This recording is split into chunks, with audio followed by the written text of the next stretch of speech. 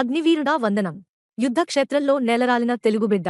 Operation సింధూర్లో Pak పై పోరాటం. జమ్మూ కాశ్మీర్లో అమరుడైన మురళీనాయక్.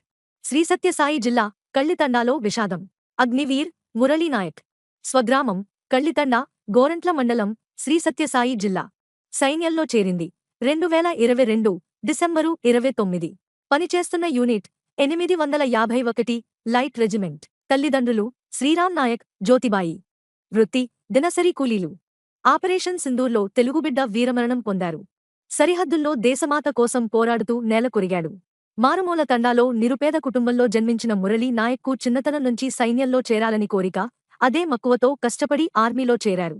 కొద్ది రోజులుగా జమ్మూ కశ్మీర్ సరిహద్దులో సేవలు అందిస్తూ గురువారం అర్ధరాత్రి పాక్తో జరిగిన ఎదురుకాల్పుల్లో అమరుడయ్యారు. మురళీ స్వస్థలం శ్రీసత్యసాయి జిల్లా గోరంట్ల మండలం కళ్ళితండ. తండ్రి శ్రీరామ్ నాయక్, తల్లి జ్యోతిబాయి.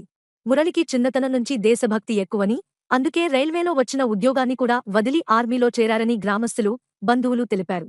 2022 డిసెంబరులో గుంటూరులో జరిగిన ఎంపిక ప్రక్రియలో అగ్నివీర్గా సెలెక్ట్ అయ్యారు. తొలుత పంజాబ్, అస్సాంలలో పనిచేసినట్లు తండ్రి శ్రీరామ్ నాయక్ చెప్పారు. 2.5 సర్వీసు పూర్తి కావడంతో మరో ఏడాదిన్నరలో అగ్రిమెంట్ పూర్తి చేసుకుని వస్తాడని కలలుకంటున్న తల్లిదండ్రులు మురళి వీరమరణం గురించి తెలిసి దుఃఖసాగరంలో మునిగిపోయారు. తండాలో విషాద ఛాయలు అలుముకున్నాయి. ఏకైక సంతానం మురళి తల్లిదండ్రులు తమ ఏకైక కుమారుడిని ఉన్నత స్థాయిలో చూడాలని ఆశించారు. ఇందుకోసం ఎన్ని కష్టాలకైనా సిద్ధమై పనుల కోసం ముంబైకి వెళ్లారు.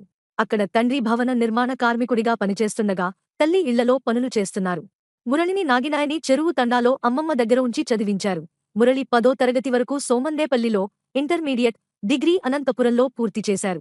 శ్రీరామ్ నాయక్, జ్యోతిబాయి దంపతులు తండాలో జరిగిన జాతరలో పాల్గొనడానికి ముంబై నుంచి వచ్చారు. బంధువులు, సన్నిహితులతో ఆనందంగా గడిపారు. అంతలోనే ఈ దుర్వార్త వినాల్సి వచ్చిందని రోదిస్తున్నారు. పంజాబ్లో పనిచేస్తున్నట్లు చెప్పాడే తప్ప జమ్మూ కశ్మీర్లో డ్యూటీ అని మాకు చెప్పనేలేదు అని మురళి తండ్రి శ్రీరామ్ నాయక్ తెలిపారు. గురువారం ఉదయం మాతో వీడియో కాల్ మాట్లాడాడు. తాను బాగున్నానని చెప్పాడు. మేం ఎలా ఉన్నామని అడిగాడు. అంతలోనే ఈ దుర్వార్త వినాల్సి వచ్చింది అంటూ బంధువులు ఆవేదన వ్యక్తం చేశారు. పెళ్లి చేయాలని, ఇల్లు కట్టుకుని గారాబంగా పెంచుకుంటున్న కుమారుడికి పెళ్లి చేయాలనే యోచనతో తండాలో ఇటీవలే కొత్తగా ఇల్లు కట్టుకున్నారు. అతడి మరణవార్తతో ఇక తామెవరికోసం బతకాలంటూ తల్లిదండ్రులు కన్నీటి పర్యంతమయ్యారు. మురళీనాయక్ భౌతికకాయం శనివారం కళ్ళితండాకు చేరనుందని అధికార వర్గాలు పేర్కొన్నాయి. అదే రోజు ప్రభుత్వ అధికార లాంఛనాలతో స్వగ్రామంలోనే అంత్యక్రియలు నిర్వహించనున్నారు. మంత్రి సవిత 5 లక్షల సాయం.